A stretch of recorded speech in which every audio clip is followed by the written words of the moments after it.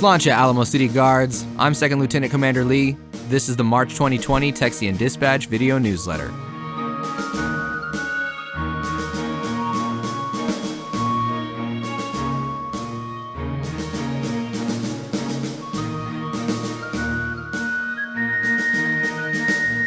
I'd like to start off with a little bit about who we are. We are the Sons of Confederate Veterans, Alamo City Guards, Camp number 1325. Our mission is to honor our Confederate ancestors who fought to defend their homes and families during the great conflict known as the American Civil War between 1861 and 1865, to remember their struggles and sacrifices, and to ensure that their memories and the causes for which they fought are never forgotten. Membership is open to male descendants of Confederate veterans aged 12 years and older.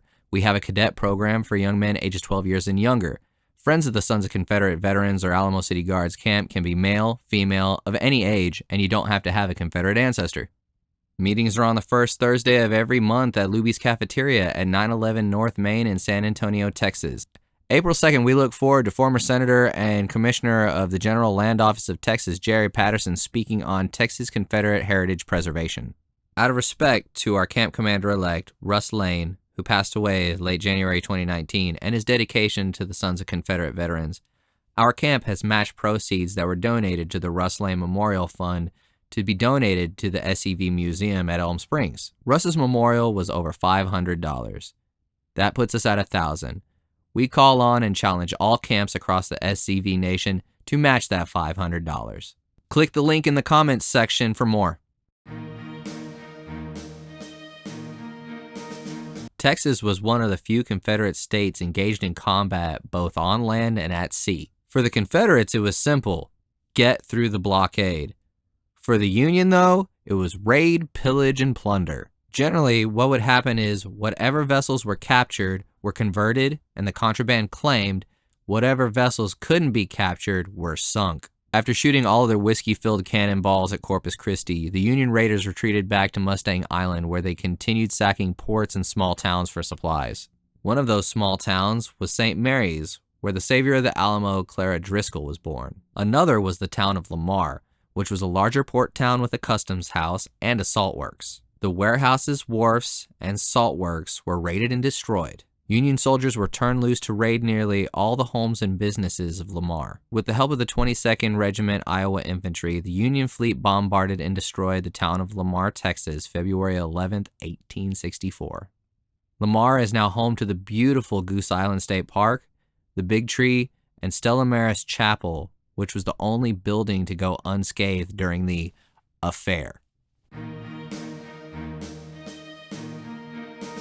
One place I love to visit, my home away from home, is Rockport, Texas. Not only is the area teeming with fish, yeah, I caught that one, it's also teeming with history. I've always felt a connection between San Antonio and Rockport, and it seems as though the same goes for the Wood family. Rockport was built upon a rapidly expanding post-war industry, cattle. Founders Richard Henry Wood and his father John Howland Wood built the first cattle pens and a shipping wharf, along with Thomas Mathis, a founder and the first mayor of the fledgling town. The guy has a town named after him. Between 1862 and 1863, Thomas Mathis, a tobacco farmer, teacher, and blockade runner, enlisted in Duff's Partisan Rangers.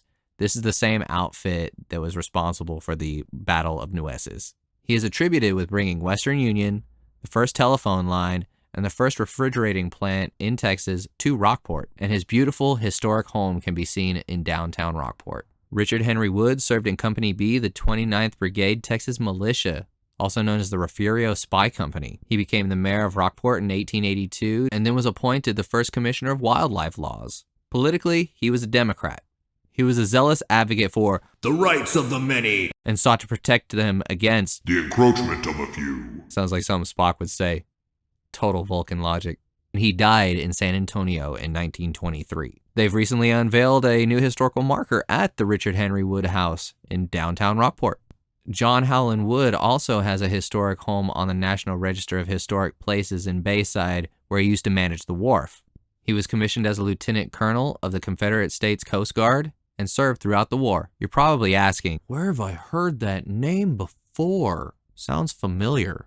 You may be confusing him with his great-great-grandson, the Honorable Judge John Howland Wood, Jr., who was assassinated in San Antonio, Texas by Charles Harrelson, father of actor Woody Harrelson, in a contract killing. Wood's killing was the first assassination of a U.S. federal judge in the 20th century. In closing, of the 1,500 or so Confederate monuments and memorials left in existence, we can increase that number if we act to save historic homes and buildings and support the people that are actively trying to preserve them. If you'd like to learn more about camp activities, Confederate naval operations, or Rockport's Confederate founders, download the Texian Dispatch newsletter at alamocityguards.com. Join us at our next camp meeting. Visitors are always welcome. We meet at 6 p.m. to eat and mingle and 7 p.m. for the meeting. Bring a friend, family member, or a new recruit. Can't make the meeting? Catch every live stream online. Well, that's it for this month. Until we meet again, let justice be done though the heavens fall.